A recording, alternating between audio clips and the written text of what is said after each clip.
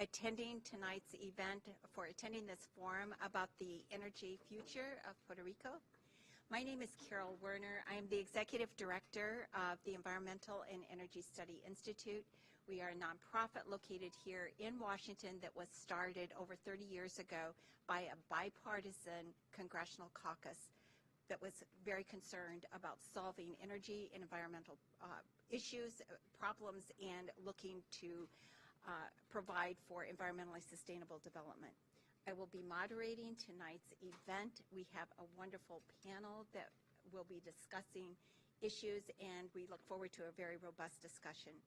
First of all, I would also like to thank Adil Sepulveda and Daniel Vasquez, organizers of tonight's event, as well as the Environment and Energy Management Institute of George Washington University for all of their help and support in making tonight's event possible. There are other people and organizations of the Puerto Rican diaspora that have been involved in the organization of tonight's event, and hopefully you have already found more information about them in the bio document that was available at the registration table, as well as on the Facebook event page for tonight's event. And finally, we would like to provide a salute to the people in Denver and other locations who are watching this event through a live stream. As we all know, tonight's event comes in the wake of one of the worst humanitarian crises in recent history for Puerto Rico.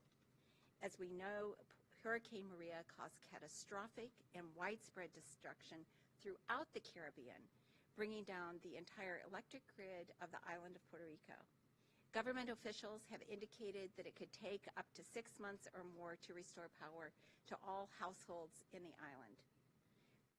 Therefore, this disaster does create an opportunity for Puerto Ricans to rebuild a grid that would be resilient and revolutionary in an island that has been prone to big earthquakes, hurricanes, and other natural hazards. Tonight's forum, then, will discuss the disaster response of federal and state government agencies, and then we'll begin to analyze initiatives, solutions, policies, and case study examples from the perspective of different stakeholders inside and outside the territory to build a resilient and smart electric grid, which can be the example for other islands around the world. We must take this problem and begin to provide a better solution for all. As we all know, one part of tonight's event is raising funds for the organization Casa, Pueblo. For all those interested in learning more and donating to this organization in Puerto Rico, please see our organizer, Adil, and others who are at the registration table. We will start tonight's forum showing a short video message from Arturo Massol, Assistant Executive Director of Casa, Pueblo, and who is also professor at the Department of Biology at the University of Puerto Rico. He will provide more information about the work of Casa Pueblo in the aftermath of Maria, as well as some of their renewable energy initiatives for communities in the mountains of the island of Puerto Rico.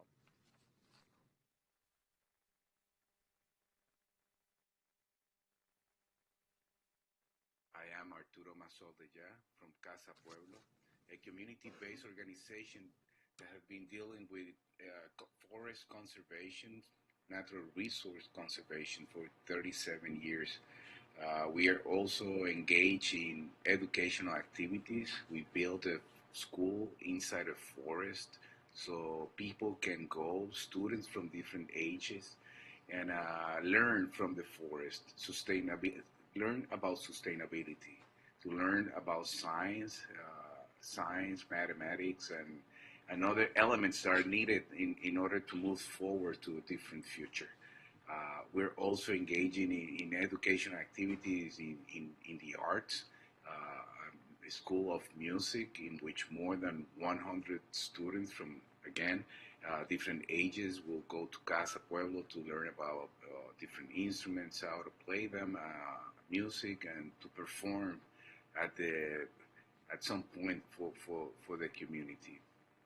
With regard to energy, Casa Pueblo is a self-sustained organization economically and energy-wise. For almost 20 years, we have been running with solar power. When it was really a new technology coming out, people were very skeptical. The prices were really high, and yet we thought it was what ought to be done to change our reality, and we have been pushing for major changes in how Puerto Rico is being run energy-wise. It is frustrating when we see what is coming from the top to the bottom, when we see the initiatives from the government, private sector, PREPA, the Puerto Rico Power Authority, that actually channels most of those activities, and we are in a very complicated situation, an outdated energy system, very sensitive, unstable, vulnerable, and we have a great depth. And if we can tell our sons and daughters that we are in a great depth because we have a great energy system, that will be something good, something to be proud of. But we are in a very difficult bankruptcy for an energy system that is failing to provide Puerto Rico a great service. And that is a shame, because there is a track record of corruption, misusing funding for initiatives that there's not a proven well-being for the people, but for private contractors in many instances. So we need to change that. And it is also kind of difficult to understand, but people in Puerto Rico, they sort of lack hope on what PREPA can do for our island. There's a general frustration, a sense that for many communities that after Hurricane Maria, power will never be restored because they don't trust, or perhaps it will be restored at some point, but there's no hope in people. There's no expectations for many, which is an indicator of a really deep problem. Not only on the administrative point of view, but on the people that need to be served. So Casa Pueblo, with regard to energy, we have been running with solar power, as I told you, for almost 20 years. We run our house, our radio station. We have a really upgraded system from last year. We can produce up to 13 kilowatts hour. We have storage capacity. The whole system was okay before, during, and after Hurricane Maria. So far, we have been an energy oasis for the people that goes to Adjunct, which is the only place that have regular power, let's say. Some houses might have power generators, but regular energy supply, Casa Pueblo is the only one so far that I know in Adjunct, my hometown, that have power. And people will go there to connect their phones, their equipment, to recharge them, even for therapy, to connect their respiratory equipment. And you might see, if you go to Casa Pueblo at some point, someone in one corner getting therapy because there's power, and it's not noisy, you don't have emissions, and it's a good thing. But we need to engage in changing that energy agenda from the bottom up. We don't have control. We don't have the political power from the top to the bottom. Many of the decisions are being imposed, and that's what we see. So we need to change that reality, and the way we can do it is from the bottom up. So we're going to push for a transition, not a transition, a switch to clean energy sources, and we have plenty of sun. So we're going to promote 50 with sun. We think we can be, at this stage, we can run the country 50% with solar power. Let's say we can help houses at the point of consumption to produce their own energy and build hybrid systems in which if the central generation collapses, like after Maria and after Irma, the previous hurricane, and after a lightning event, and after multiple things, the energy system is collapsing, we need to have more resilient families and communities, and we can achieve that in part if people can generate part of their consumption at their houses to run basic equipment like refrigerators and equipment, lighting for security and for well-being. And I think we can do that from the bottom up, help communities to reach a different energy state. The grid, when we think about the grid that is going to be rebuilt after Hurricane Maria, rebuilt for what? For one-way direction from central generation to consumers? We need to change that as well, because a lot of limitations have been stated by the PREPA that people cannot use it because it was not designed and it has technical limitations. Well, this is a time to deal with those technical limitations because we need the grid. We need to build microgrids, and we need to have the grid going both directions, not a one-direction thing like right now. Central generation, which is outdated, obsolete with fossil fuels, either bunker, natural gas, coal, all of them are responsible for climate change. So we need, it is a responsibility, it's a humanitarian mandate that we move away from that when we have plenty of alternative energy sources that are clean, available, free for Puerto Rico, and we have to work with our economical reality that we need to avoid drainage of resources in painful fuels that are being produced elsewhere, and it is creating jobs elsewhere but not in Puerto Rico.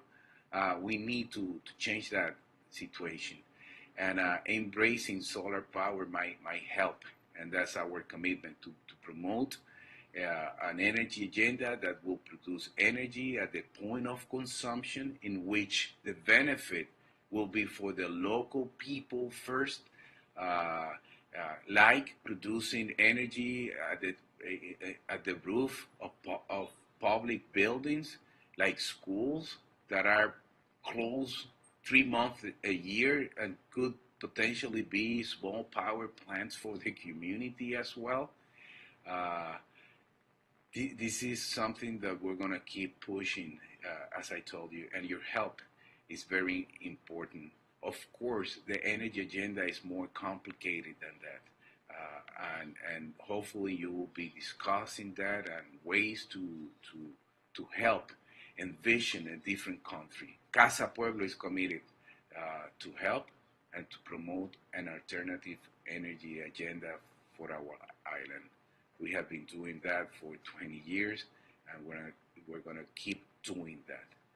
So far, after Hurricane Maria, we have distributed up to more than 6,000 solar lamps to help quality of life for the elderly, for the children, for the family, and it is an educational tool.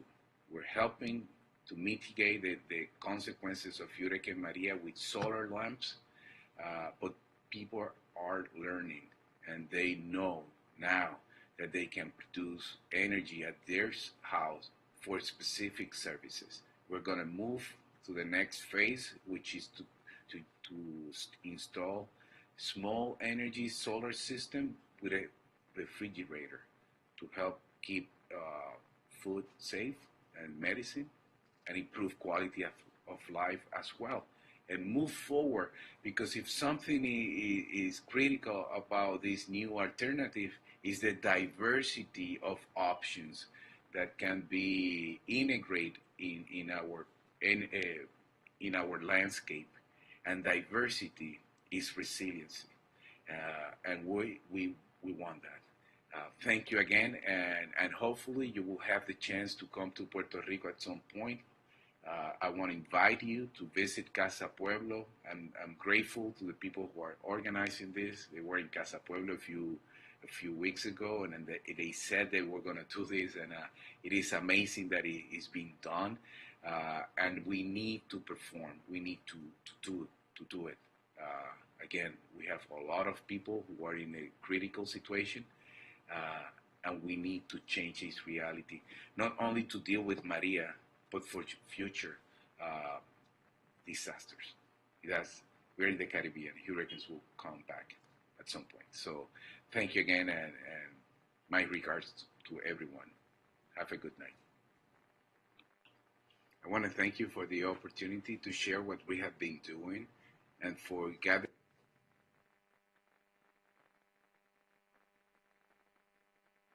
What Arturo said is so compelling. He made so many important points, and I am sure that our other discussants tonight will be raising some of these very issues as well. But I hope that we all feel the same sort of commitment that certainly Arturo is putting into this, and that I think we should all feel a huge obligation to help him be successful, to further his whole vision about how to move forward in terms of solving this enormous problem in Puerto Rico. So for our first presenter tonight, I want to turn to Miguel Román, who is a research physical scientist in the Terrestrial Information Systems Laboratory at NASA's Goddard Space Flight Center. Ramón is the principal NASA scientist for the VIIRS Day-Night Band on SWAMI NPP and oversees the development of NASA's Black Marble product suite. At the agency level, Dr. Ramón serves as part of NASA's Disasters Response Program, where he works directly with technical and program staff from 6 NASA centers, as well as JPL, the Jet Propulsion Laboratory. The program targets a wide spectrum of disasters and is tasked with representing the agency during national and international emergencies, where NASA satellite data and products can be used to improve situational awareness and inform decision-making. And I think NASA's work and how it has advanced has been so profoundly important in terms of improving our knowledge and our response efforts. Miguel?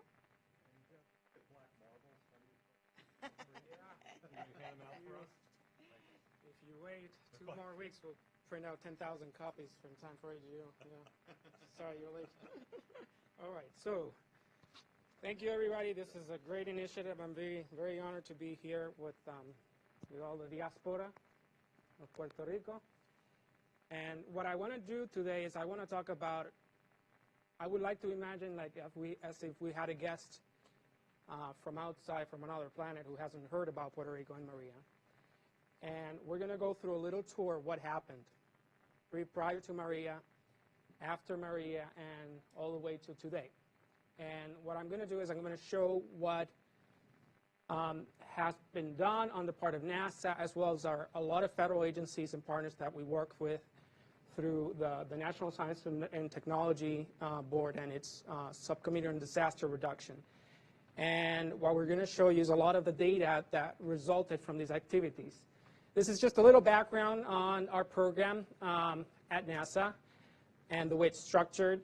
NASA is not an operational disaster response organization. We're a science-enabling agency. We do have operational members here present, like NOAA. We have folks who actually have to spend nights, and they get paid overtime to do that. And we work with these team members, and we try to answer research questions when sometimes we hit a wall. And we do tier modelizations. What does that mean? We get CNN reports about an impending disaster like a California wildfire. We look at the information, and then we look at end users who are seeking out for support. And we work with different international bodies that are trying to exploit all these observations from space for the benefit of humanity. And this includes some of these like the CEOS, the Committee of Observation Satellites, the Group on Earth Observations, and most importantly, the International Charter on Space and Major Disasters.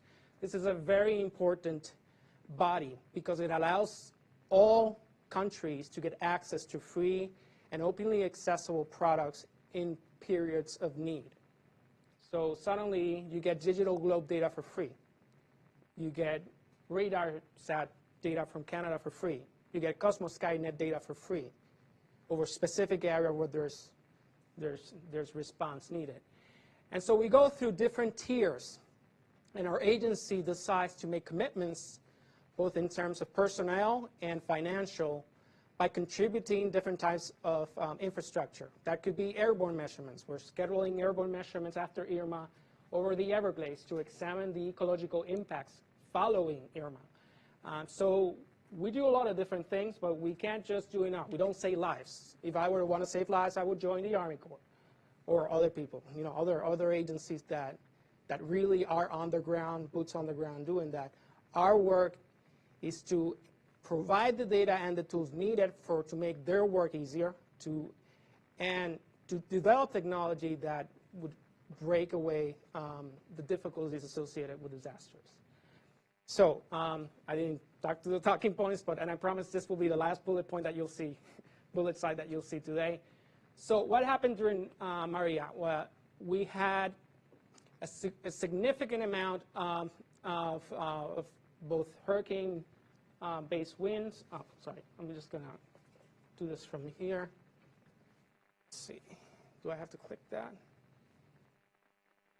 An important factor in, and this is supposed to be an animation, but doesn't work, it doesn't matter. An important factor when looking at hydrometeorological disasters related to water, wind, is that you have to track precipitation. You have to track very fundamental parameters that impact vulnerability.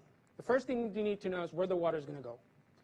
The second thing you need to know is where have any buildings being affected as a result of that hydrometeorological process, be that not just flooding, but also wind damage. It could be additional cascade effects like landslides, you name it.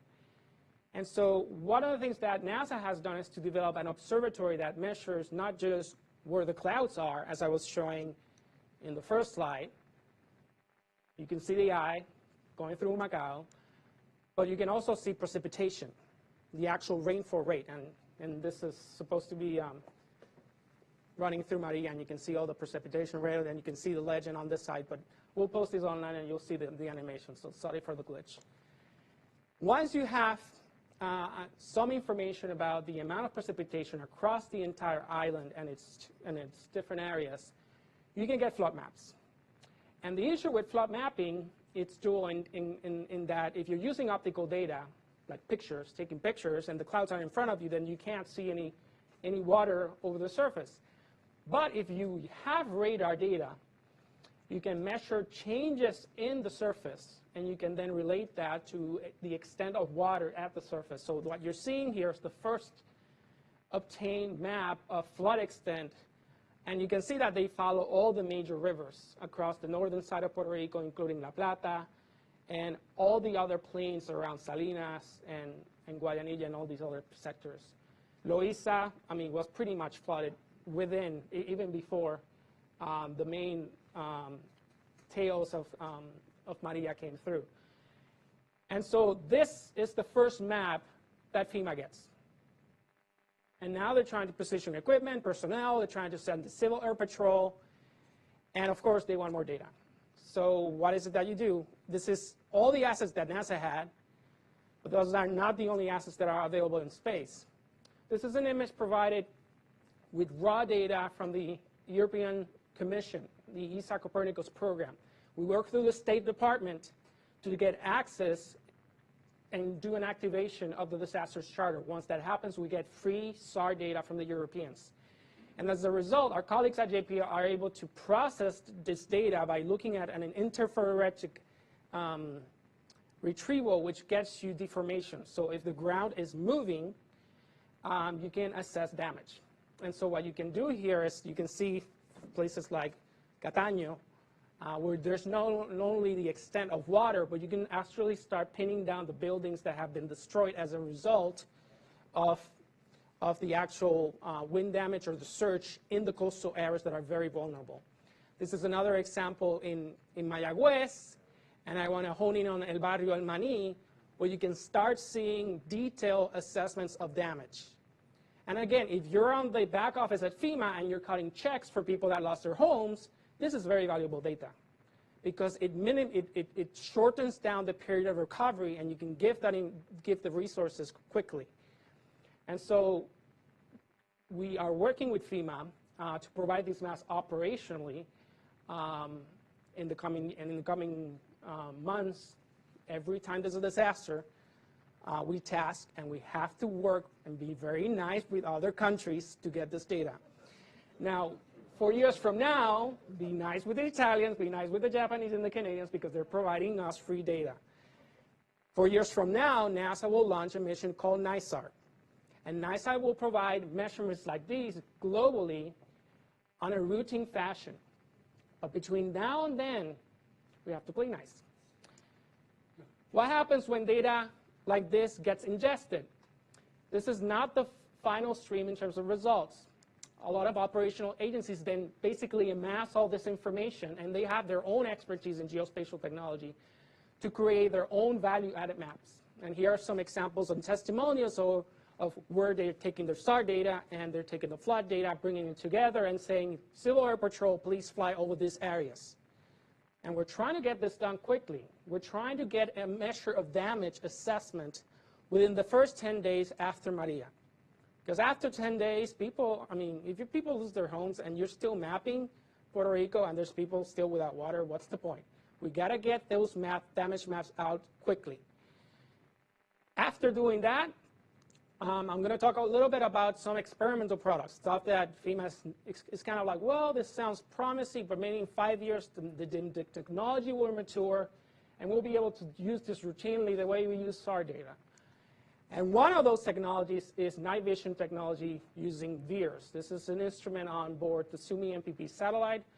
If you want to wake up tomorrow morning, on Saturday, we'll be launching JPSS-1 out of Vandenberg Air Force Base. Hopefully there won't be any wind shear this time. And this satellite was launched in 2011, it provides a whole slew of measurements.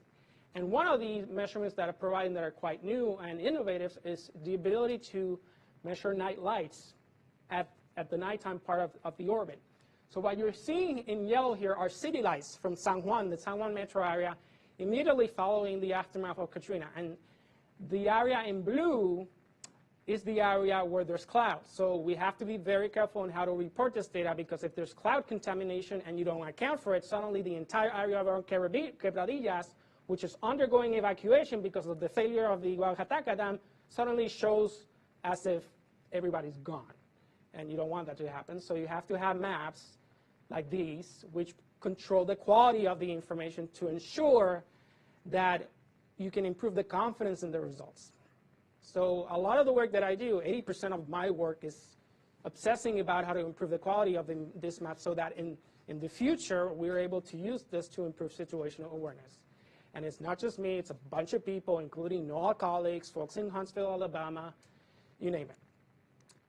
The other thing that we can do once you stabilize the quality of these observations, and I'm going to go through these slides because I always obsess about all the retrieval and how it's done, is you can downscale the emissions from lights down all the way to street lights. And so what you're seeing here is what we call the black marble in high definition. This was some data that came as a result of our response activities. And I'll be talking a little bit about what we do to get here, but in order to tell you how we do that, first I need to give you some introductory courses in remote sensing. So what is going on? How do we detect data at night? Well, what happens is we have all these sources of light that reflect naturally and end up in our satellite. And what we're trying to capture is anthropogenic nighttime sources. We don't want to get data that suddenly looks like, you know, a tree or snow. Well, of course, that's not going to be a problem in Puerto Rico. I hope not. So, yes, and we have to build models that describe how much light we're seeing versus how much natural light we're seeing, so that we can actually come up with an accurate estimate of damage. Another thing that we have to account for is vegetation, because it turns out there are these things known as trees that get in the way of you looking at streetlights. I know. So this is a place that Dr. Carlos de Castillo is really a place that you may know really well. This is La Parguera, before and after. And one thing that really impacted me about this image is that now I can see the cars, and I can see 10 times more houses than before, which means that now I have a nighttime record that may actually be positively biased, because now I'm going to see more light, because now there's no trees to occlude the lights. And so we have to be models of geometric remotes and, you know, geometric radiated transfer and canopy optics to account for these effects. When you do all that, and you validate your measurements, meaning that you take a huge flashlight, you go into the middle of the Pitayas farmland in Cabo Rojo, you put it on a 30 square meter tarp, and you shine the actual satellite, blip, and it goes day 1, day 2, blip, and day 3, and you establish the absolute accuracy of your measurements, and you're doing this together with NGOs and universities locally in Puerto Rico, then you can use this data. So you can do that. You can measure the individual light. Remember, we could see a flashlight, so we can see street lights. This is for the whole metro area, and I'm putting San Pablo Hospital and the Puerto Rican, La Carretera Vieja, PR1, all the way to Caguas. Caguas is completely gone. This is immediately after Maria. This is not how it looks like right now. And that's pretty much all the results that we have. I'll put in some links on the latest data. So what's the takeaway here? There's a ton of data that the federal agencies are collecting. And my message is pretty much follow what Dr. Massol was saying, which is like, we have a challenge. We need microgrids, and we need to augment our core infrastructure. It has to be a mix. He went off to say it has to be a hybrid. But the issue is not just about energy. There is a confluence of climate change, urbanization, and energy agendas. No barrio in Puerto Rico right now is safe, is sustainable, and is resilient. That's what we need to work at right now, those 3 factors. We need to work also at the appropriate scales at which vulnerability is taking place.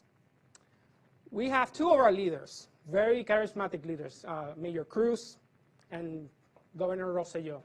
Governor Rosselló is working at the national level, working with the federal agencies, we're working at this level.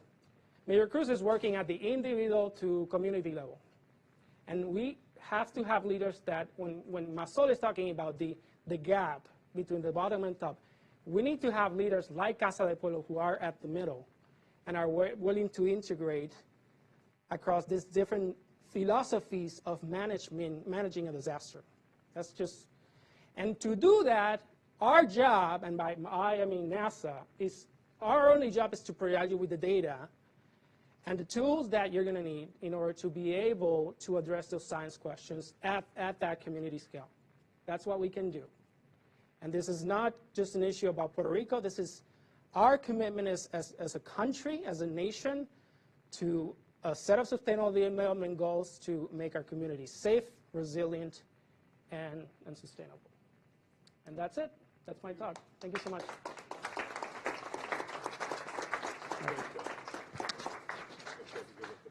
All right.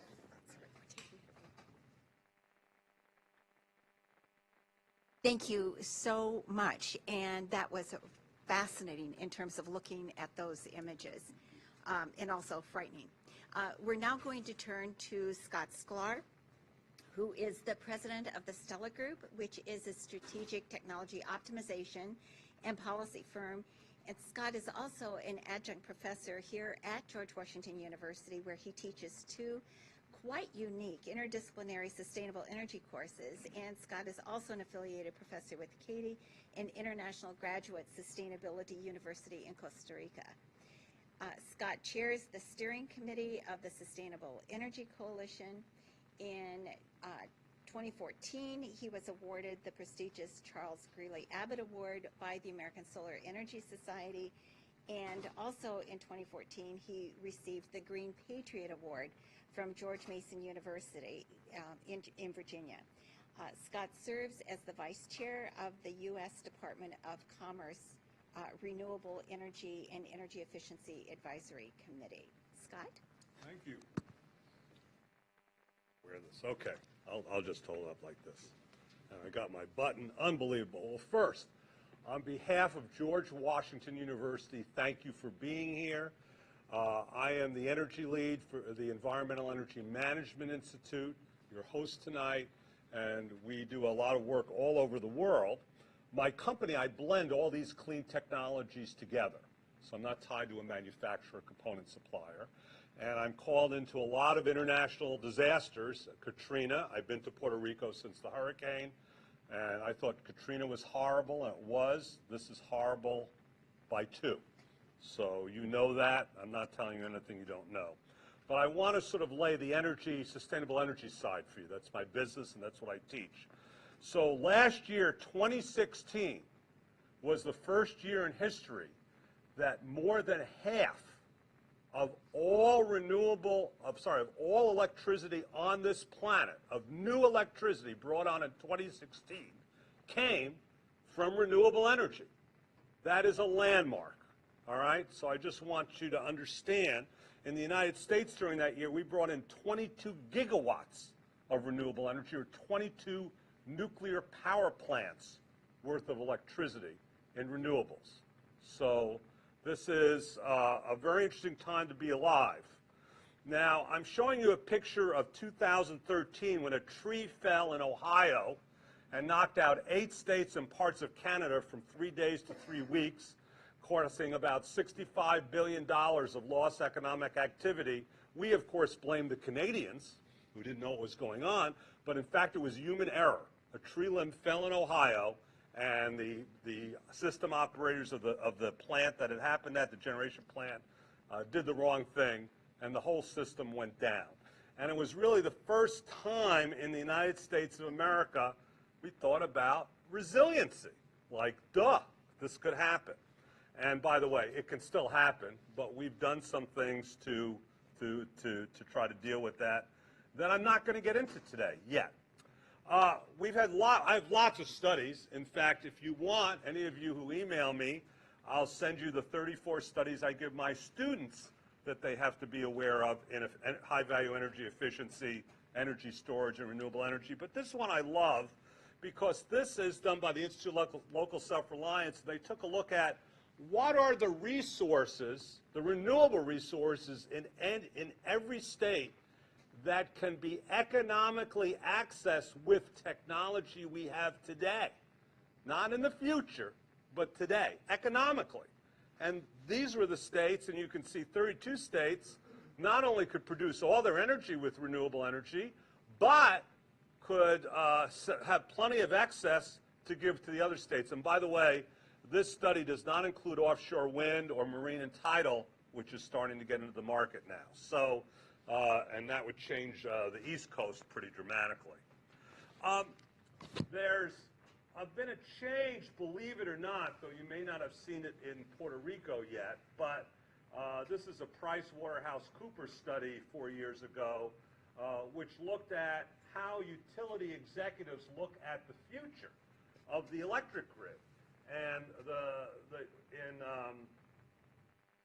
the last line is really what I want you to look at. The strong majority, 82% of North American, these are utility respondents, said future energy needs will be met by a mix of traditional centralized generation and distributed generation, which feeds power from a mix of sources. So even the utility industry itself, which is not known to be cutting edge, is starting to move like, hey, there's some options out there. This is also from some years ago, and this is in the Wall Street Journal, no less, which says that, hey, that's in 7 years, commercial industrial sites have more than quadrupled producing their own energy in the United States, from 10,000 to 40,000. Of course, this is part of my business, and I'm here to tell you that in the last 3 years, it's doubled again to over 80,000. So the private sector is beginning to produce its own energy, primarily, by the way, from renewables and energy storage. And I want to remind you, this is a McKinsey chart. I take other people's charts legally. And this is McKinsey. But we are in, this renewable energy stuff, frankly, is part of a whole range of disruptive technologies. This is what I call the third wave. And we started, frankly, with cellular. And I want you to think about that. In 1970, the head of our largest and only phone company said cellular was a whim.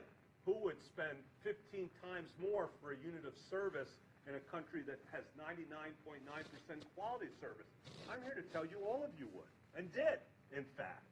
And because we could get other assets from it. We can get safety, convenience, data, entertainment.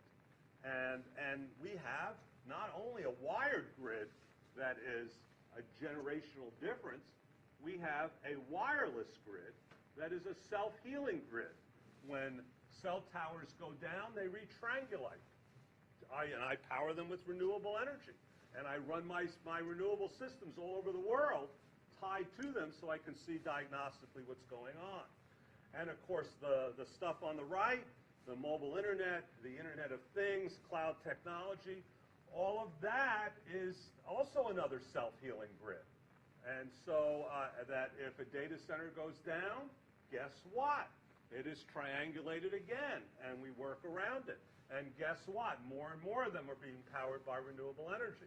Actually, my business as well. So the third wave is, the first wave is bringing communications to the individual.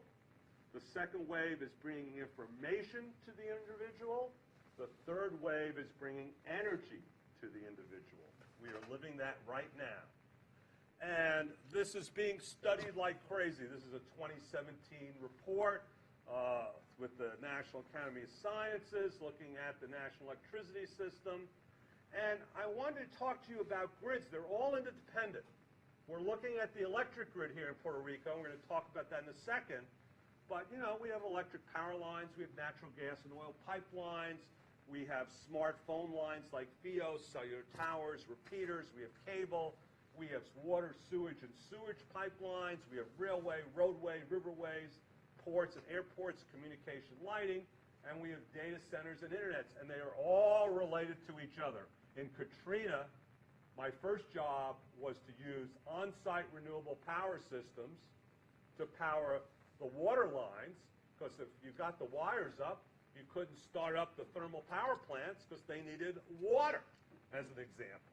If you didn't get the sewer system working, the first responders couldn't respond because they were getting sewer backups at the police, fire, and ambulance stations. You can't work out of places with sewage backup.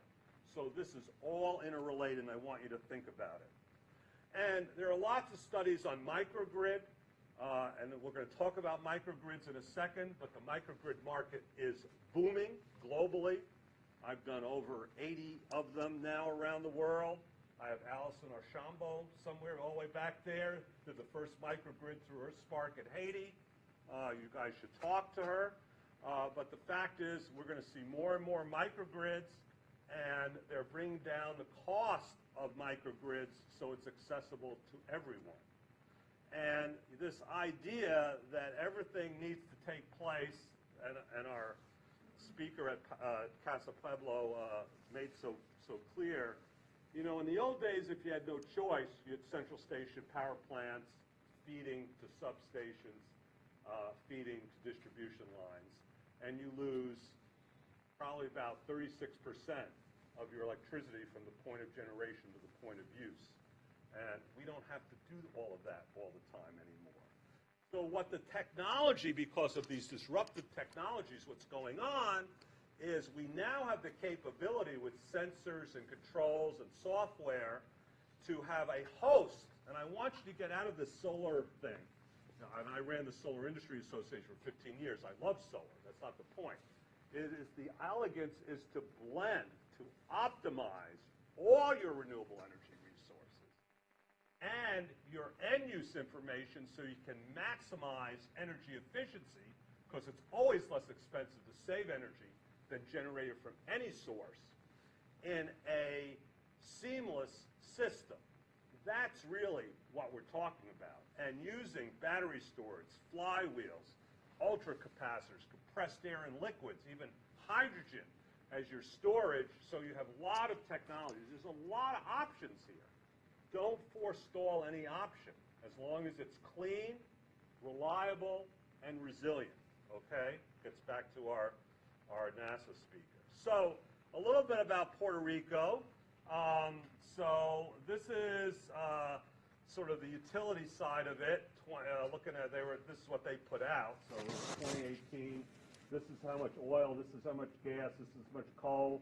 This is how much renewables, and this is how much hydro. And from my point of view, that was sort of pretty depressing. So, and the rates, and I just want to point out that Puerto Rican electric rates are the second highest in the United States of America. Hawaii is the top. And by the way, they voted to go 100% renewables. So just a thought. And so these are the rates that published by EIA, Energy Information Administration, Department of Energy for July 2017. And basically, you have in Puerto Rico, let's just say a 5-megawatt grid. That's what you have. That's what's out there.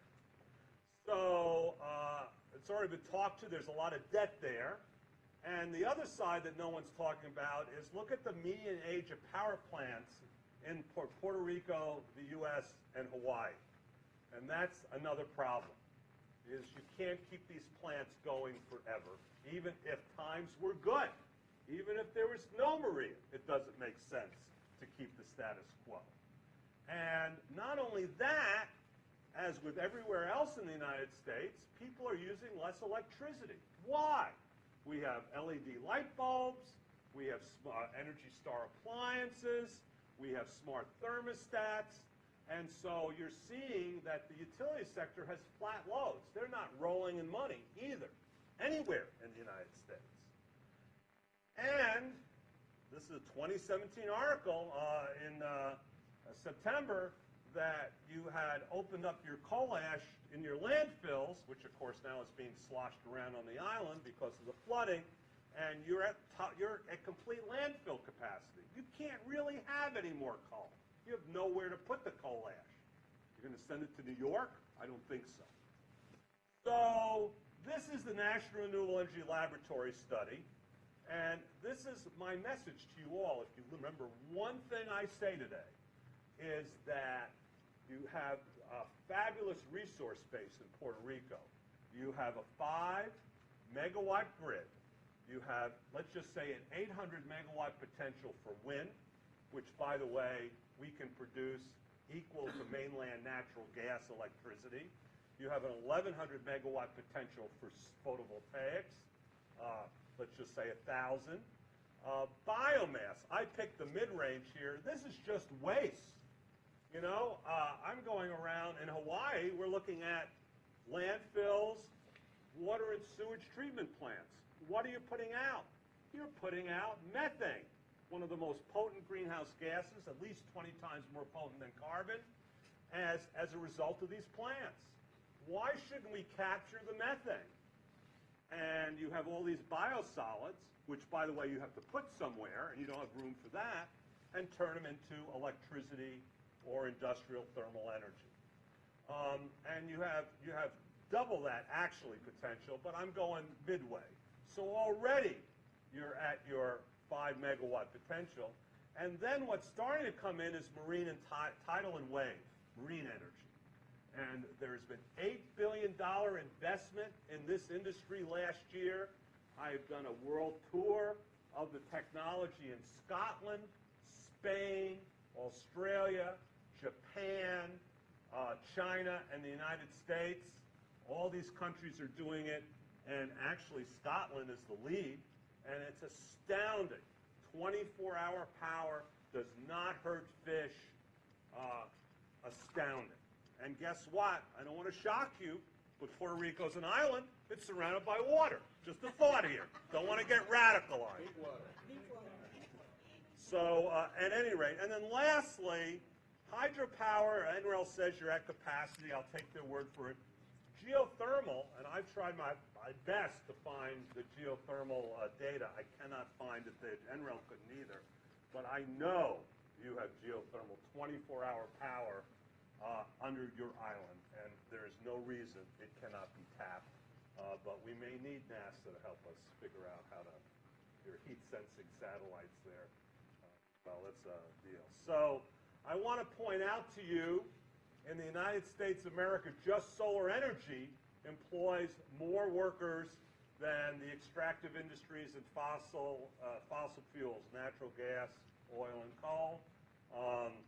And look at wind. So I'm here to tell you that this is a job creator as well, that the old way is not. So this is Hurricane Andrew in Dade County, and you can see all the roofs ripped off the houses, but the damn solar street lights were still working. And I brought Jorge Sanchez and his son Jorge right here from San Antonio. Their company does these sells these things, plus battery banks. But these critical infrastructure run independently by renewable energy is one of the ways to go. This is this is October 2017, and here we're talking about a New Jersey wastewater plant bringing in solar plus storage to keep it going for severe weather. This is one of 100 towns in Japan before Fukushima. Every building produces more energy than it needs. Every single building. And that extra energy goes to run their infrastructure. I have two buildings 7 minutes from here, two-story buildings in Arlington, my home and my office building, totally off the grid, cost-effectively with a blend of technology. I have done 127 buildings around the world, not dinky ones like I have in Arlington, 8 to 25 stories, off the grid, totally with renewable energy. The technology is here. It's just the drive, the will, and to set the rules to do it. So I'm going to flip. So this is the infrastructure, and I'm proposing to you, and I've written an article, in fact, several of them on Puerto Rico, that the new grid needs to be sectionalized with bidirectional sectionalizers and reclosers so that certain parts of each section of the grid can isolate itself. And within each section, you have microgrids or community renewable systems that can also isolate themselves. So within sections, as well as the whole island, just like the cellular towers, just like the data centers, you can passively shut down and keep basic life going. And then, which is the core of my business, you can take this basic infrastructure, not put it on the grid, but actually have dedicated hybrid renewable energy systems that run it. And again, I'm doing 1,100 cell towers in Africa. I've the wastewater and sewage treatment plants, pipeline pumps, all this stuff that actually takes power from the grid and clogs the grid. Get rid of it. Take it off the grid. Make it independent. It's cyber secure, so no, Putin can't play around with it, and you can have security in the harshest of times. All of this, by the way, is economic, and it's all privately financeable. You don't need a utility company to do it either. So, and in buildings, and I have Jack Warner, my colleague over there, sitting there, knows all about buildings and all the different codes and standards. But we have, the Wi-Fi. In Sandy, we had 4 hospitals that during operations, they had to move people out of the operating rooms because the diesel engines didn't work. I'm here to say you got to get out of diesel engines. It made a lot of sense when you had no options. They make no sense anymore. They don't do what you need to do. Data centers within buildings, sump pumps in buildings to to prevent flooding. At least an elevator shaft, HVAC at the lowest level so people can stay in the building. And then at your strip malls, so you have some ATM machines and refrigeration and outpatient care, some gasoline pumps so people can get gasoline in bad times. And unlike New Orleans, where we had people going to the arena, to the only place to stay, power up your local schools. So you have convergence points for first responders or places that people can go if they're displaced. And when the times are good, most of the energy is they don't have to pay for. It's already there. And they use the utilities sort of for the extra stuff. We have lots of financial tools. And I spent some time with some of your folks here have been in the Puerto Rican government to talk about that. We have a lot of tools. In the private sector, we have leasing, power purchase agreements, shared savings, long-term amortized loans. In the developing world, just pay as you go. And on property assessed valuation, we have lots of different tactics, and we have lots of different players in the foundations and corporate community who would securitize risk, which is what we're going to need to do. And we have tons of new technology. In fact, I'm having this brought to GW. This will be installed in the next month or two. This is Johnson Controls, U.S. largest battery manufacturer in the world. The first battery bank that you can snap out the batteries. You don't need an electrician to change out batteries. You send, I could send the grad student or the janitor. You know, it doesn't matter.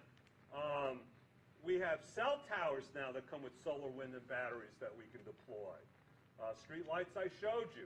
There are tons of battery banks. This is AES, actually out of Arlington, one of the multi-billion-dollar companies. This is a 31.5 megawatt battery bank. This is on Hawaii. This is Tesla's battery bank, 13 megawatts with solar. This is a 30 megawatt battery bank in Illinois. So this is a system, World Water and Solar Power out of New Jersey. We put these in Waverly, Mississippi when the water surge washed out Waverly's municipal water pumps. We brought this on a trailer. It's still working there. These are containerized units that run communication systems, and droppable and deployable units, and there are several manufacturers.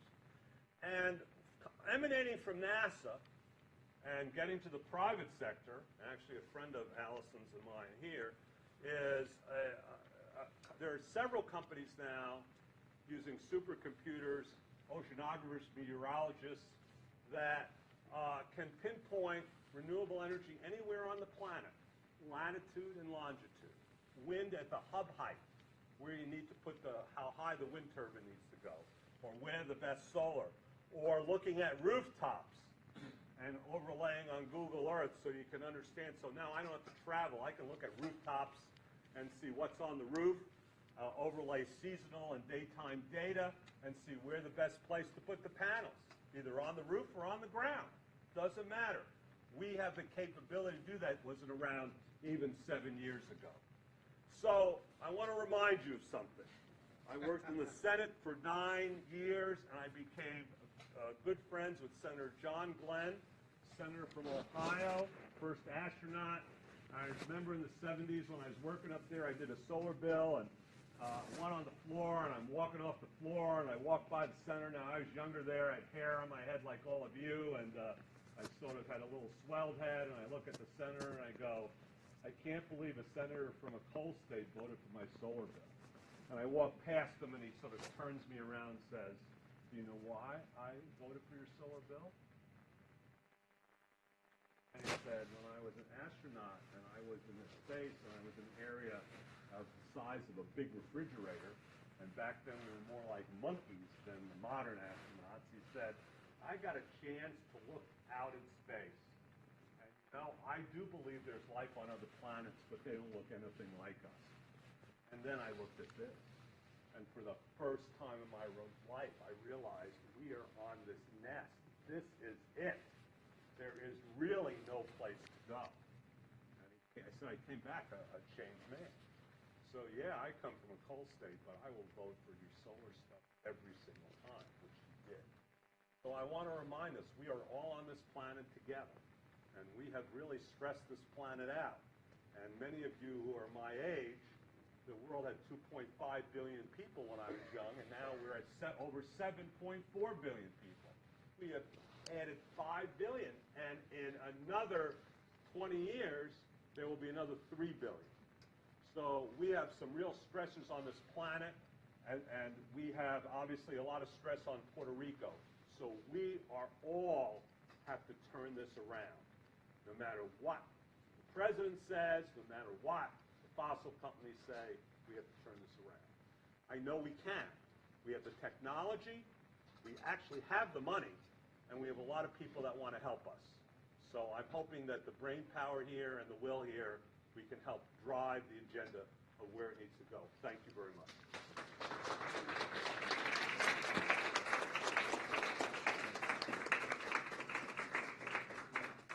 As always, thanks, Scott. And I hope that you all really understand now, in terms of bad as things are, that the opportunities now are enormous in terms of putting together a whole variety of technologies, looking at the terrific renewable resource base that Puerto Rico has, and that we now really need to be about how to put this all back together. So I am now very pleased to introduce our next speaker, who is Tanuj Deora, who joined SEPA in January 2015 to lead SEPA's research, advisory, communications, and programs teams. His previous experience included wind energy project development, research and design engineering, product management, business development, and financial analysis. This is all a lot. For over a decade of experience in renewable energy, after having started his career in the chemical industry. He also served in the cabinet of Governor John Hickenlooper as director of the Colorado Energy Office, and he had also been a Peace Corps volunteer in Jamaica, working on community and environmental health projects. Tanuj has served as an advisor to the Rational Middle Energy Series, as well as serving on the boards of the Colorado Renewable Energy Trust and Renewable Energy New England. Tanuj. Well, I think it's a beard. Even that. Yeah. Absolutely. Thanks. Thank you. Thank you. Well, that is a tough act to follow. Scott is quite a legend in the renewable energy industry, so I'm going to be a little different approach in what I talk about. I was actually asked to speak about SEPA's 51st State Initiative.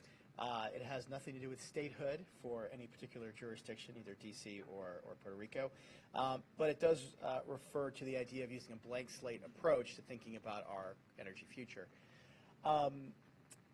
SEPA is a 501c3 not-for-profit research education organization.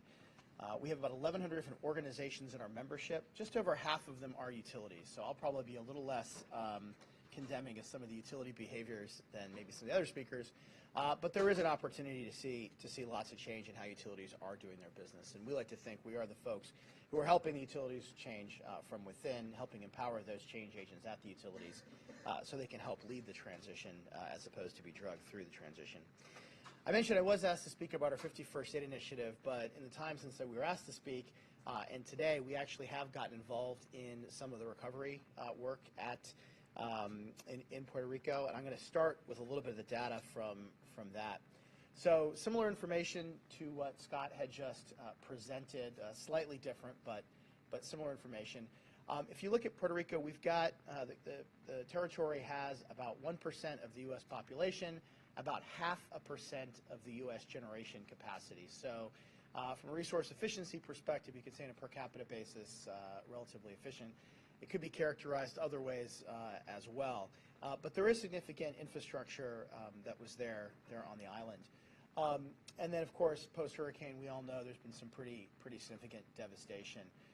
This is some on-the-ground work that Navigant Consulting, who we are a subcontractor to on some of the work we're doing. has looked at. This is maybe a week out of date, but still quite intimidating challenge that, as we all know, the island is facing. One of the challenges that we face when we talk about the energy transition for the island is that there is a real need to deal with the humanitarian challenges that we have. A lot of diesel generators are being put out there because, we got to get people clean water. We have to get people access to the telecoms infrastructure and the hospitals running and the like. And that puts us on the left hand of the chart. We're thinking about emergency power, where folks are putting diesel generators out and really overusing and misusing, per the design specs, those diesel generators, and thinking about just hanging wires over tree limbs and things like that, all the way through to the future, where you'd like to see reaching some of those clean energy targets that the island has put forward.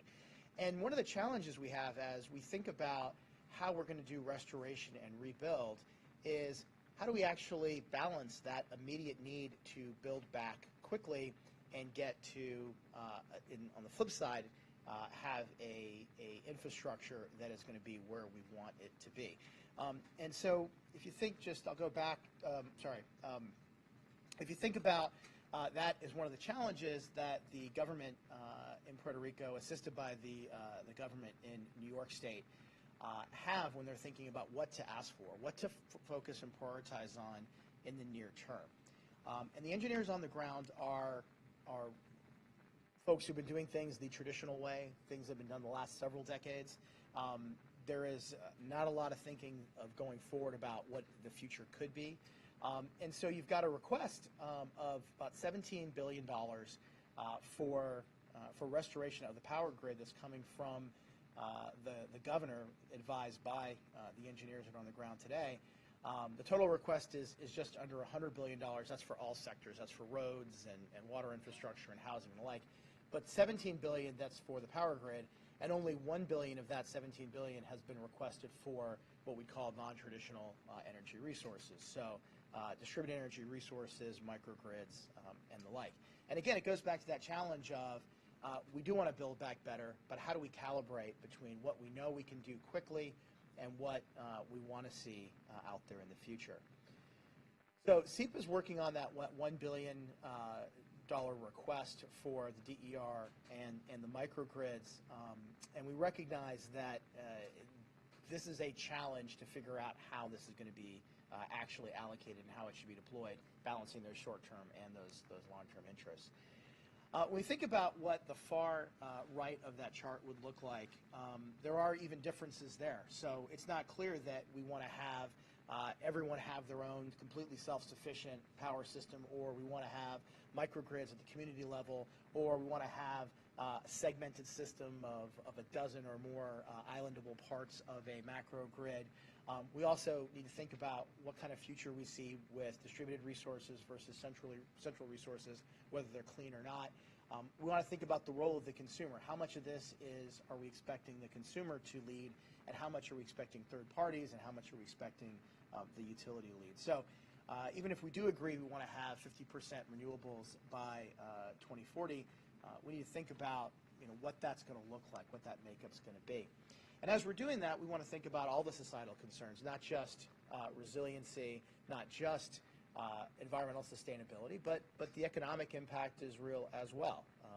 We have an economic challenge in the island, and we want to make sure that we have a power grid that has a cost of energy that is going to be supporting the industrial consumers and making sure those companies do come back and produce the goods and produce jobs on island. We want to make sure that all the different folks and who have different opinions about stuff can have their voices heard. So the societal concerns are pretty broad. And we think about the future of the electric power sector. There has been some talk of privatization of PREPA, and no opinion on whether that's the right answer or not. That's way more complicated than I have the information, or I don't have any constituency in Puerto Rico. So I don't have a perspective on that. But if we do decide, or if the people of Puerto Rico do decide that the right answer is to privatize PREPA, there's going to be a lot of challenges in thinking about what is the role of the utility and how the utility is going to be compensated, what the business model is going to be for the utility. So lots of challenges there.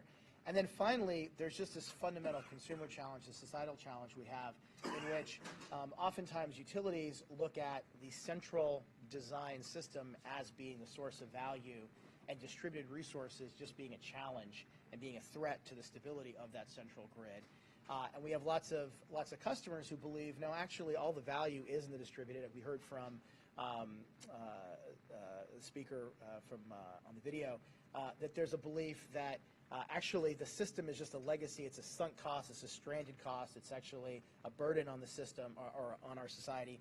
And what we need to be thinking about is the distributed resources as being a source of value. And I believe there's actually neither are entirely correct. We really need both to have the most viable, the most efficient system that we want to have. And of course, we need to think about what is the pace of change that we're going to experience. 2040 seems like a long time away, but the planning decisions for what's going to happen in 2040 are being made right now. And while there may be an opportunity, given the state of the power system today, again, it goes back to, are we restoring for the immediate humanitarian issue, or are we restoring for this future? And how do we weigh that balance? And then talk a little bit about the future business model. So continuing with that idea that if there is, whether there's privatization or not, this actually applies regardless of the business model of the utility. We have to think about the role of the utility. Is the utility going to be that infrastructure connector? Are they sizing the system to allow for consumers to produce their own power? Are they going to have a role in the actual sale and deployment or the financing of consumer solutions, or is that going to be left to other folks? So there are lots of questions out there. What SEPA has developed with what we've been calling our 51st State Initiative is a open collaboration from a variety of experts across the spectrum. So we've got utilities that are thinking in a very traditional mindset, renewable energy companies that are thinking very aggressively. We've got academics, we've got environmental NGOs, folks like the Rocky Mountain Institute and Energy Innovation, thinking about how can we come together and come develop a toolkit for folks thinking about how to navigate all these challenges that we're faced with. And we split up our initiative into three bits. Perspectives is research on what's been going on across the country. We've written some papers on California and New York's transition. We have a paper on Illinois, and we're in the process of writing a paper about Massachusetts. We have our ideas work, which brings together all these various experts and gets them to challenge and think about what are the most creative things they can come up with, and let's debate and provide peer review. And then publish interesting ideas there. And then we have our action, which is developing that toolkit and seeing how we can apply it in particular jurisdictions. We have not yet to date applied a holistic toolkit for transformation, but we have taken parts of that toolkit and applied it in a couple different places. We've done some work in Tennessee Valley Authority's area around how solar should be valued. We've done some work in Montana, helping the utility manage stakeholder input on some pilots and some R&D work. And then we've recently done some work in the small town of Glasgow, Kentucky, to help them think about rates and how they want to restructure their rates to encourage the behaviors to manage the impact consumers have on the system, so that everyone can have a more affordable and a more environmentally sustainable energy system. So far, our toolkit consists of a couple different frameworks we've developed, but the key really is not just the toolkit, but it is who is at the table. And so right now, I think it's been mentioned, most of our energy decisions are made from the top. They're made by the utilities and our senior elected officials, who may or may not have the expertise necessary to challenge or question the utilities. But we also need to bring in other folks as well, and I think it's really great to hear about the bottom-up perspective and the middle perspectives as well.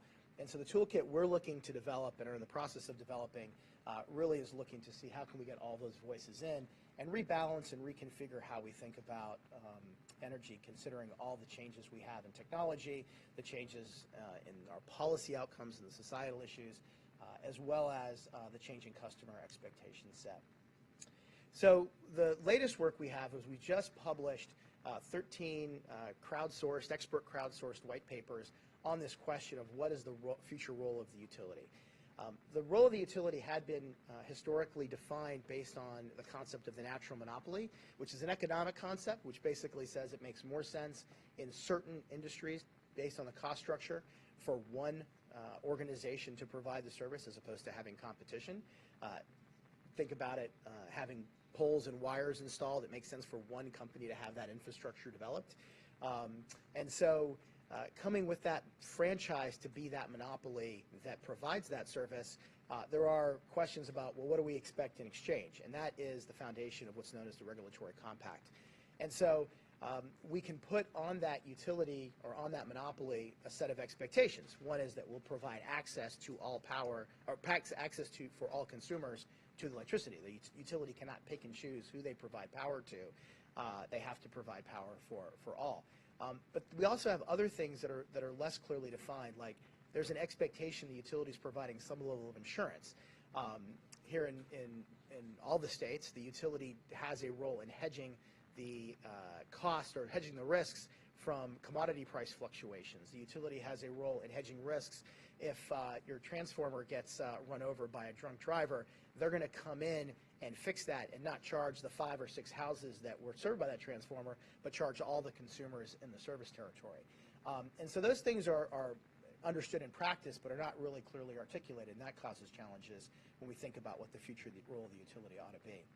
We got to think about where the regulated monopoly should be allowed to compete with other third parties in providing key services, and we got to think about where the utility monopoly should be prohibited from operating to make sure there's clear access and clear opportunity for other folks to compete.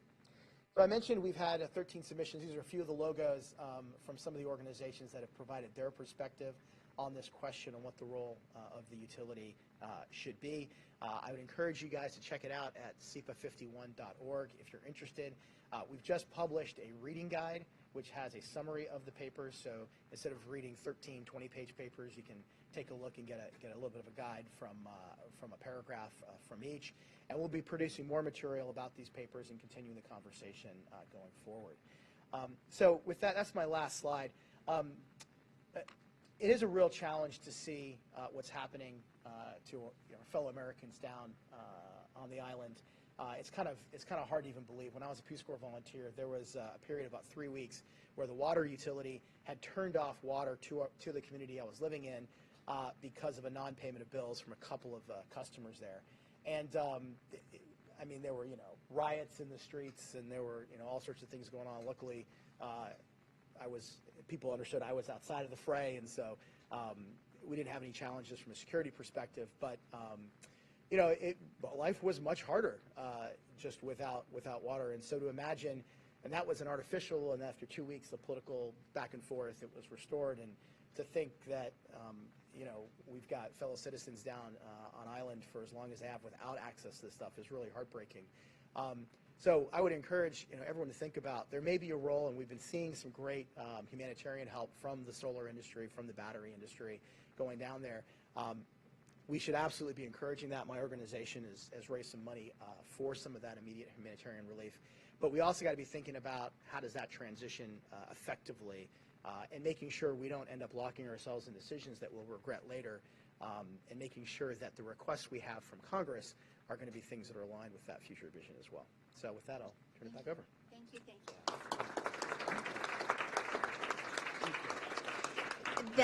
That was terrific, and such also an important reminder in terms of thinking about the enormous humanitarian challenges. I mean, because it's almost incomprehensible to think what so many people have been dealing with now for so long, and at the same time to know that we need to be on a parallel path in terms of thinking about what this really means for the future and what that infrastructure will look like in terms of providing better services for the longer term. So I now would like to turn quickly to Michael Panfil, who is a senior attorney and director of federal energy policy for EDF's Clean Energy Program, where his work includes working in regulatory efforts at the federal, state, and local levels across the country to design more environmentally friendly, economic, and efficient electric systems. He also has been working on efforts to reduce emissions throughout the U.S. by advocating deployment of smarter technology, improved design standards, as well as sustainable practices, all of which are important things that need to be integrated. He has been focusing on issues before federal agencies, including a number of very major orders before the Federal Energy Regulatory Commission. And he has also worked on advocating for demand response, smart grid technologies, and time variant pricing enhancements in California and New York, all of which relate to our whole discussion here tonight. So, Michael?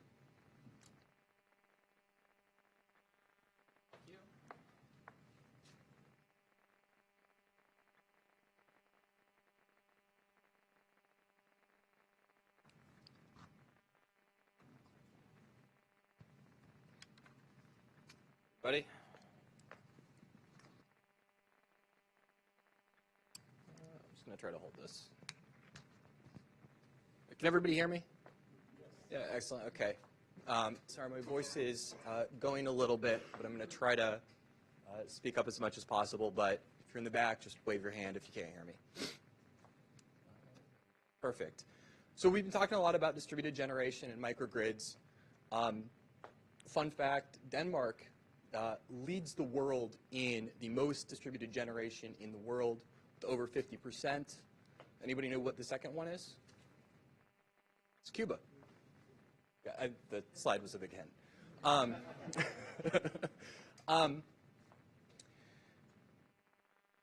Cuba has about 42% distributed generation, and we're going to talk about why. But before we do, I want to talk a little bit about why, or what I want to sort of focus on here today. I work at Environmental Defense Fund. We have these 4 separate programs. Our oceans team has been working in Cuba for over a decade. And over the past several years, they've been looking at ways that they might be able to apply their experience, work, and knowledge there in other ways. A few years ago, we talked about ways that the climate energy team, the one I sit on, and the oceans team might work together.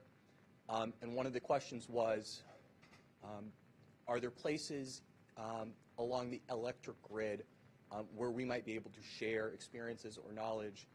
And this turned into a lengthy report that we published about 3 weeks ago on Cuba's electric grid. And quite a few of those recommendations are ones that very specific to Cuba, but because it is both an island and because it does have such a high penetration of distributed generation for a few other reasons that we'll talk about today, may be applicable here. But just very quickly, Environmental Defense Fund, combination of sound science, corporate partnerships, market solutions, nonpartisan policy. The goal, simply put, is similar to the goal that I've heard repeated earlier today. We want to figure out solutions that are enduring, solutions that are based on fact, upon evidence, ones that are sustainable, and ones that are affordable. I'm going to talk a little bit about Cuba's electric grid, and we start with the generation mix. As you'll see there, it's dominated by fuel oil, about 80%, with only 4% renewable energy. The 80% fuel oil that you see comes mostly in the form of 9 power plants, natural gas, 3 natural gas plants. They added a third a few years ago. The 30 to 40% domestic is supplemented by almost half, which mostly comes from Venezuela through a barter agreement. As I mentioned to begin this conversation, it has about 42% distributed generation, which is second in the world. That number is difficult to square with that resource mix. The reason why is because much of that distributed generation is fuel oil. It's really dirty. It's really high in pollutants that damage the air quality, increase health concerns throughout the country, but also leads to failure rates that are much higher than you would experience if you weren't using really, really dirty fuel sources. Another picture of the distributed generation. So certainly with that distributed generation, you get both positives and negatives. The reason why Cuba has so much distributed generation, though, I think is interesting and relevant here. They had a centralized system for many years. In the mid-2000s, it was hit by a number of hurricanes. The response was to build that distributed generation system. Of the municipalities in Cuba, all except for about 50 have some form of DG. But again, it is that very, very dirty fuel mix. Yeah, so sorry, and I should hold this a little bit closer too.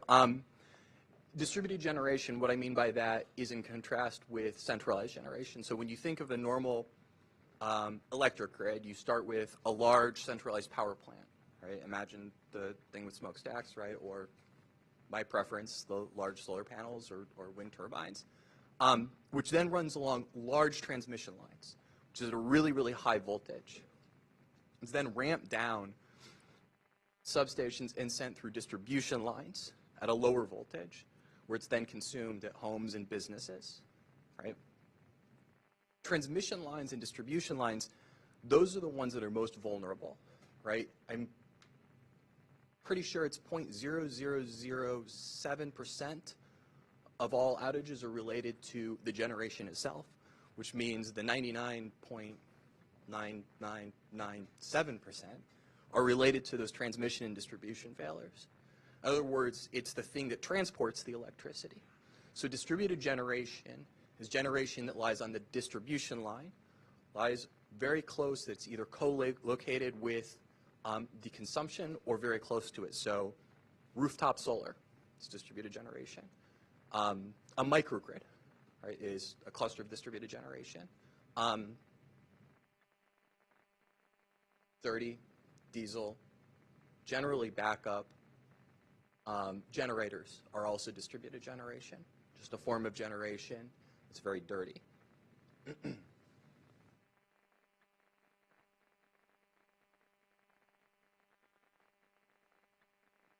On the demand side, right, so we've just talked about the consumption, moves along, and then used by homes and businesses. We see electricity costs roughly 14% of GDP in Cuba.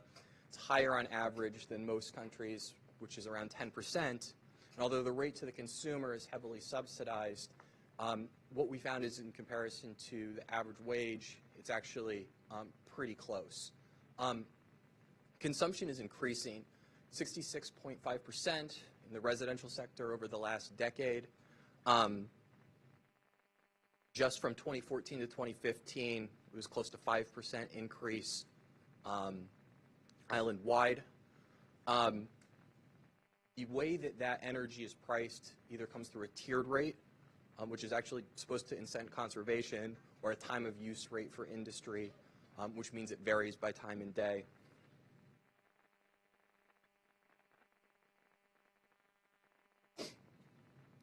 So that's where Cuba's electric grid stands today.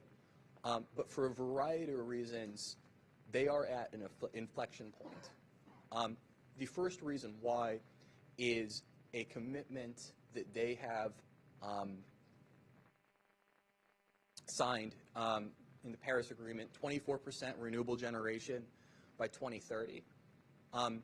They're at 4% currently. 24% is an incredibly laudable goal. It's also going to be a very difficult goal to achieve. The second reason why, as I mentioned on, I think, the first slide, about half of Cuba's imports provide power to their electric grid, and most of that comes from Venezuela through a barter agreement. Much of that barter agreement is diminishing, so they're going to need to find a fuel source other than Venezuela in the near future, very likely. And the third reason they're an inflection point is because they're one of the few countries where you're seeing demand, where you're seeing the consumption of energy increase at a really, really quick rate. And so they're going to need to increase capacity, and they're going to need to increase the ability to serve that demand pretty quickly. I want to mention here one particular success story around energy efficiency. Cuba was similarly at an inflection point about 10 or 15 years ago, where they had a previous barter agreement in place, again, for fuel oil. That barter agreement was terminated. They were looking for a new one, and they needed to reduce their demand or increase their supply another way, and they use energy efficiency as one of the key tools there. They reduced consumption by around 3 to 4% annually through energy efficiency. This is simply appliance retrofits.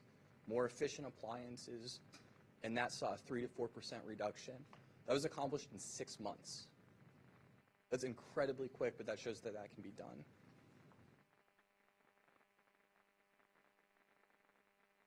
Here's how Cuba proposes to meet their 24% goal in 2030, and you're going to see it's basically a three-way split between wind, solar, and bioelectric.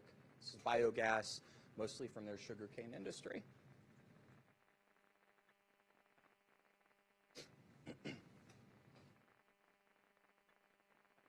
So on the basis of this study, we came to a few recommendations, and I've taken a few here. The full list is available in the study. I've got the link to that at the end. But I wanted to highlight these 5 because I think they are relevant not only for Cuba, but I think in this context as well, or at least ones to consider. And the first one really is the basis for many of these recommendations, which is knowledge sharing. I heard a few different nonprofits mentioned, RMI being one, are trying to connect similar grids, places where shared experience can be connected. Denmark actually, before building their distributed generation system, embarked on a very similar knowledge sharing experience and learned, for instance, that a Muni-driven approach was the right one, and that was when they came to after a long set of conversations. The second recommendation we have for the Cuban electric grid is renewable energy in a DG system. And part of this is because that system already exists in large part, right? It's 42%. And the reason why we think renewable energy may make a lot of sense is, yes, because it's clean, and as an environmental NGO, we support the clean alternative solution. We also believe that it's likely the most affordable solution. Compared to a transparent price of fuel oil, which has to be imported, it is very likely that renewable energy is the more affordable option, is the cheaper option. Part of this is because Cuba does have fantastic solar and wind resources, but another reason why is because the cost of fuel oil, and the reason why many islands' electricity costs are much higher than other countries or places, is because they need to import the fuel. Renewable energy, where you don't need to import fuel, could be much, much more affordable. The third recommendation is expanded energy efficiency. This is energy efficiency not only at the home in the form of appliance retrofits or upgrading to smarter, better, cleaner technology, but also along the lines. So we talked about the transmission and distribution lines. There are ways to increase the efficiency of those lines. Fourth, microgrids at high demand locations, which I've heard a few others talk about. Clusters of critical buildings or infrastructure, places where energy consumption is really high, can be particularly well suited for microgrids, places where in the aftermath of an extreme weather event or a storm or a hurricane can be used or be turned on in a way that doesn't require the entire grid to be turned on. Lastly, investing in a diverse mix of lower carbon resources. This is tied up to the idea that we need to have a transparency about the cost of different energy resources. And generally, in Cuba, what we've seen bear out is a very high likelihood that renewable energy and energy efficiency are going to be the most affordable choices. I would also mention here one finding as well was not only is this the most affordable, is this the cleanest, it's also generally the quickest. It's usually far quicker to install solar DG, solar distributed generation, for instance, than it is building an entire power plant from scratch. I want to close with a few thoughts, turning from Cuba to the topic at hand, and want to mention the EDF is indeed doing what we can and working to be as helpful as possible, trying to take what we've learned here from what we've seen in Cuba and apply it to Puerto Rico, working with local partners, and trying to leverage other parts of the team. From what we've seen, many of these recommendations could be applicable in Puerto Rico. From what we've seen, rebuilding the old grid could be more expensive and slower than other options like distributed generation, solar, and batteries, which seem likely to be faster and cheaper and cleaner. And so what we're doing is exploring and talking with others and seeing whether or not and how there can be places for us to help support folks on the ground, be that through analysis of various options and cost, working with our engineering team to understand distributed generation and how it would apply in this particular context, and working with corporate partners and alternative financing to make sure that we're getting and finding pathways for capital to those who need or could use it the most. I will just close by sharing the web address to the full report should anybody be interested in. Thank you so much.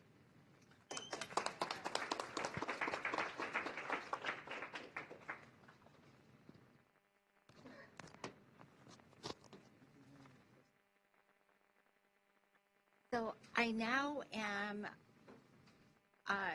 very, very glad that we are going to be hearing from the person who happens to be our last speaker before we open it up for your questions and comments. And I think that it rounds out our presentations in a very, very important and helpful way. And our final speaker is Ramón Luis Nieves, who is a former state senator for the District of San Juan, Puerto Rico. He also had been a former vice president of a financial institution, has been an attorney for about 2 decades. But during his tenure in the Senate of Puerto Rico, he served as chairman of the Committee on Energy, as well as the Committee on Banking, Insurance, and Telecommunications. While in the Senate, he championed energy reform, which resulted in the creation of the Energy Commission, or the local Public Utilities Commission, and that also created new mandates for PREPA and the energy sector overall. He sponsored legislation which reformed and or eliminated energy subsidies, including legislative mandates to prohibit political intervention in PREPA that involved, for example, procurement, employees, fundraising, etc. And he also has sponsored legislation to facilitate net metering and to authorize microgrids and community shared solar.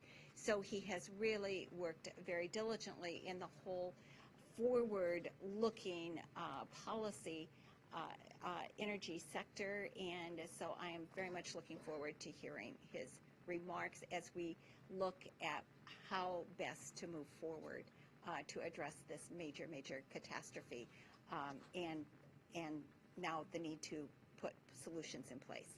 Ramón? How do I do this? We'll go this here? Yeah, you can. Okay. Yeah, and then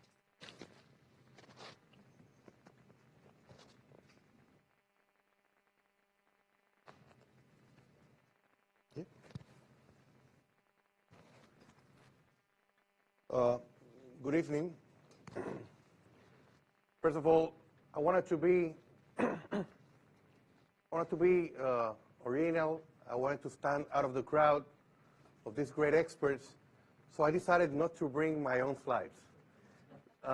And obviously, after 60 days, where I have not been able to return to my law office because I don't have power in my law offices, I have a great excuse for not bringing the slides. So we'll just enjoy the polar bear We don't have birds in Coupé, but it's a great polar bird. First of all, thank you, Adil, Aniel, thank you, everybody that put this event together. And I wanted to really, I'm really grateful as a Puerto Rican, and there are a lot of people from the diaspora here. I'm very grateful that we are here on a Friday evening discussing energy. And I have to tell you that after several years of working in the Senate of Puerto Rico, working with the issue of energy and energy reform, I am more than convinced that solving the energy situation of Puerto Rico is key for the next decades and for the actual recovery of our economy, of our society. It could be maybe kind of irresponsible to try to find one silver bullet to try to solve all of Puerto Rico's economic and social problems. But if there was a silver bullet, energy will be it.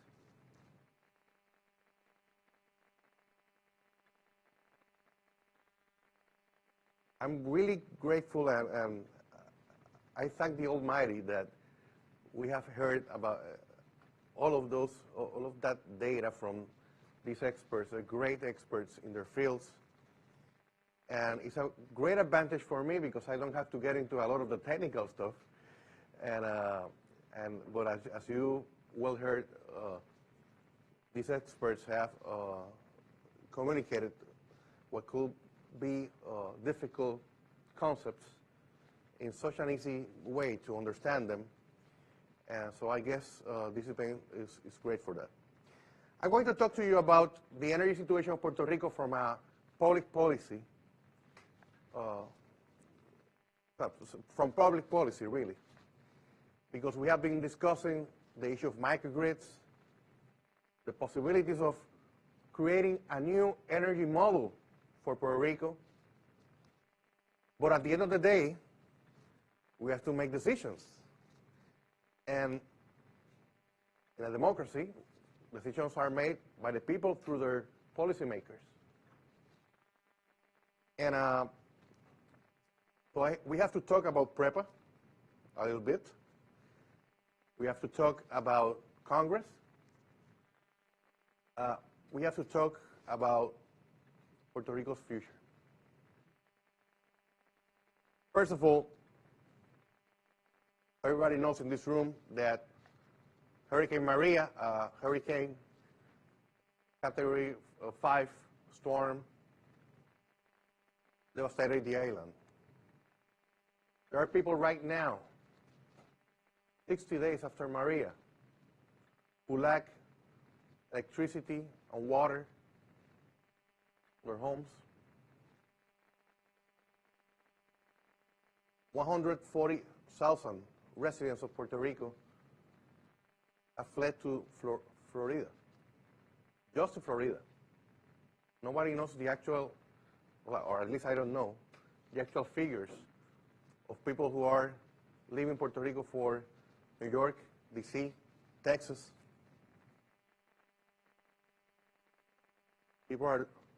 Business are closing down. Businesses in Puerto Rico have been really affected by a 11-year economic depression. So for a lot of business, Maria really was the last straw, and they have been closing down in the past weeks because people are dying. The actual death toll of Maria will never be known. The government states that only 60 persons have died directly as a cause of Hurricane Maria. Well, how about people who depended on energy to sustain life because they have machines in their homes because of their respiratory problems? How about people who were already sick but had a chance to live. And now because they lack electricity, they have been dying. Some may say, well, that guy was already sick. Yeah, but he could have lived longer if he had electricity. I submit to you that Hurricane Maria devastated Puerto Rico. But Hurricane Prepa is killing people, it's killing our economy, and it's forcing thousands of Puerto Ricans to leave Puerto Rico. I had to take 3 planes to come over here to Washington, D.C. This is my second time in D.C. in the past few weeks. I had to come here, I had to go to the Dominican Republic. I felt like Tom Hanks in the terminal. You remember the terminal? I was Tom Hanks. I was talking with people for several hours there, stranded. I had to go to Miami and then to Baltimore. When I arrived to Baltimore, very tired, they told me, yeah, but we left your luggage at Miami, so that happened to me.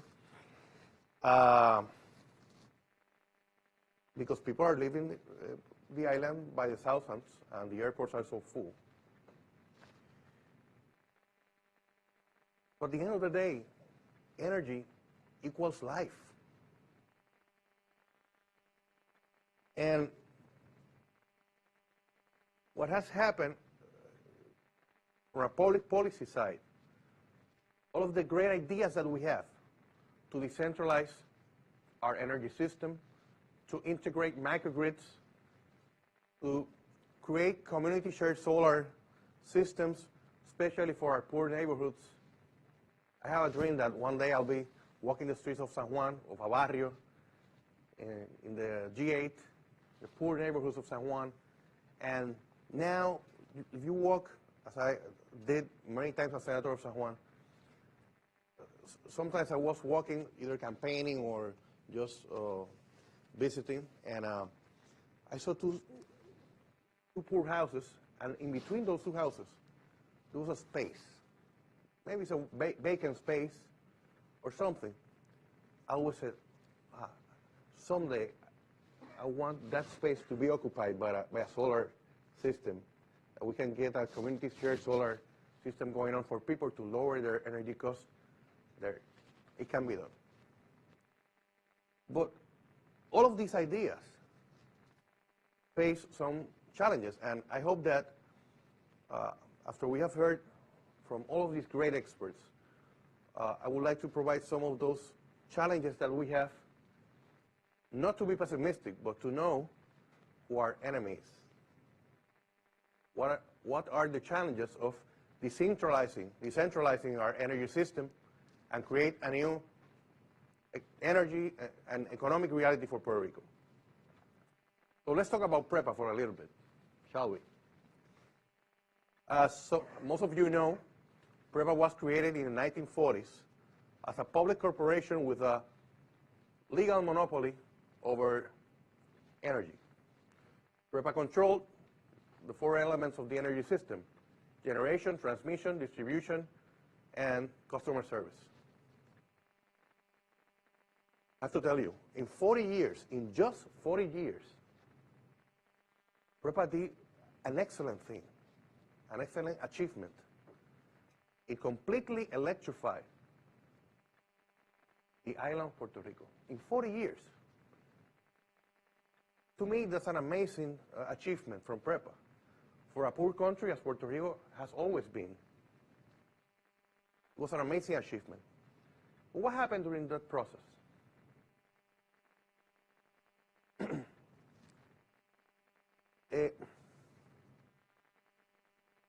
All of you who are lawyers, or some of you who are lawyers know, and everybody that knows politics know, that in a Republican form of government, we have 3 political powers, 3 powers of government.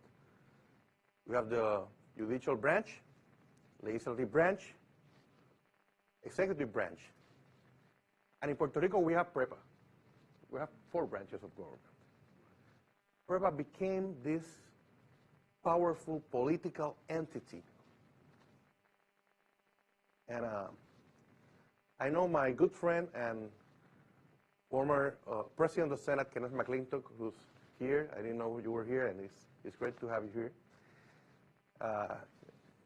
Kenneth has been a great champion of energy, and he's the father of net metering in Puerto Rico, the Law 114 of 2007, and Wheeling, Law 73 of 2008. And it's very interesting to show you one of the reasons why PREPA got so powerful. Senator McClintock told me one day, when I passed the net metering law, somebody from PREPA told me, okay, you passed the net metering law. We won't implement it. We don't care. In 2008, the private sector, specifically the manufacturing sector, was asking for PREPA to regulate wheeling. We'll have created a great advantage for industry in Puerto Rico, for manufacture, to lower their energy costs. Under that law, Law 73, PREPA had to regulate wheeling by 2010. 2017, Puerto Rico has no wheeling regulation. PREPA started working on the regulations, but then they just stopped. They didn't care.